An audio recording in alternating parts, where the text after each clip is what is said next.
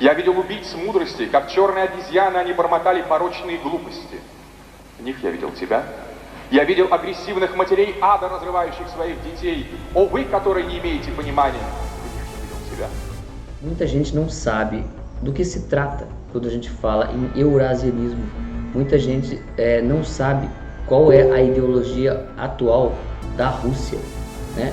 Vendo muitas vezes a Rússia defendendo ou atacando, melhor dizendo, o globalismo, o materialismo ocidental, o liberalismo e todas as causas e as consequências dessa visão materialista ocidental que nas últimas décadas tem se mostrado um dos maiores flagelos da humanidade, né? Muitas vezes as pessoas vendo isso, as pessoas pensam que a Rússia passa a ser uma resistência a tudo isso. Mas se nós observarmos mais de perto, a gente vai entender do que se trata realmente e qual é a ideologia russa que tem sido espalhada por várias partes do mundo, inclusive no Brasil.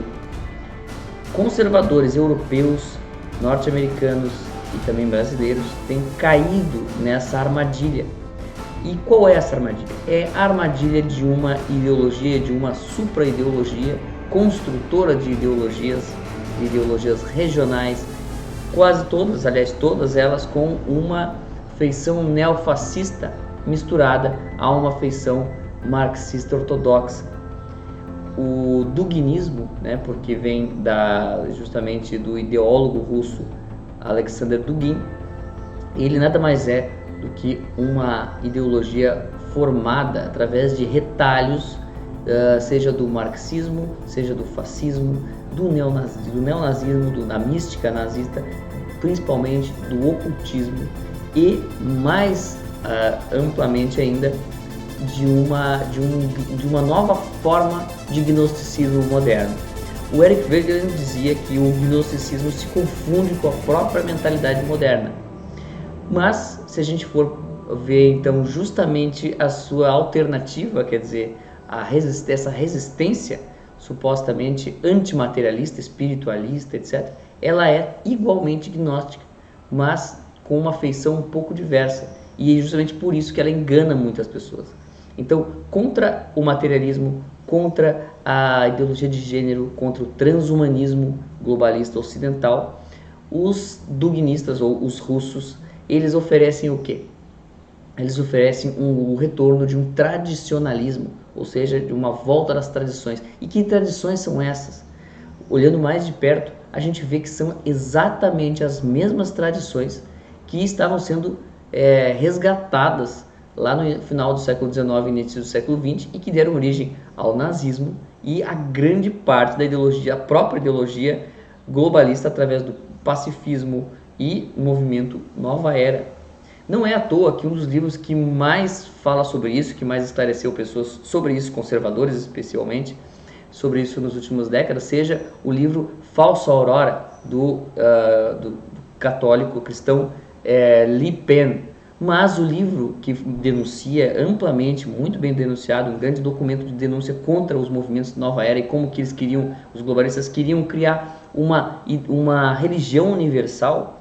Esse livro, coincidentemente ou não, ele é prefaciado por Charles Upton, que é um tradicionalista perennialista, ou seja, uma linha gnóstica dessas tradições. E justamente seguidores ali de nomes como René Guénon, Fridtjof Schuon, que são os papas desse perennialismo. Coincidentemente também são os grandes mestres do Alexandre Dugin, com os quais ele utilizou não só esse perennialismo, mas ele somou ali toda a linguagem da mística nazista, né, justamente para unir aquilo que existia de hostil ao Ocidente no socialismo e no fascismo, misturando, é claro, com uma estética moderna, uma estética e com recursos de muitos autores pós-modernos. Assumidamente ele faz isso, considerando que esses autores podem ser utilizados dentro daquilo que eles têm de potencialmente danoso, venenoso contra o próprio Ocidente. Então é muito interessante ver como as pessoas têm sido levadas, enganadas sobre esse aspecto. E foi pensando nisso que eu fiz o curso Raízes Espirituais do Globalismo e do Eurasianismo, para explicar justamente as semelhanças entre as duas ideologias e esclarecer de uma vez por todas aos conservadores, aos cristãos, católicos, que o quanto que isso é perigoso, o quanto que essas ideias têm de igualmente demoníaco junto do globalismo. Então, esse curso eu acabei chamando bastante atenção justamente em um momento em que alguns conservadores começaram a chamar, ali fazer lives e chamar Alexandre Dugin e outros seguidores adeptos dele, que se a gente for observar, eles vêm crescendo incrivelmente dentro do ambiente conservador e muitos conservadores já se confundem com eles. Isso é extremamente preocupante, principalmente quando a gente vê que isso fortalece uma ala da esquerda globalista, que é justamente aquela que deseja, de todas as formas, identificar conservadores católicos, cristãos, com o fascismo. Vai ficar muito mais fácil identificar dessa forma, muito mais fácil perseguir e prender cristãos sob acusações de fascismo que não serão falsas. É muito mais fácil para o perseguidor utilizar informações verdadeiras do que ter que mentir. E empurrando o adversário para armadilhas, né, fica ainda mais fácil. Então, o desconhecimento sobre esse assunto é um dos grandes motivos pelos quais os conservadores estão sendo levados por algumas ideias perigosas que estão sendo disseminadas.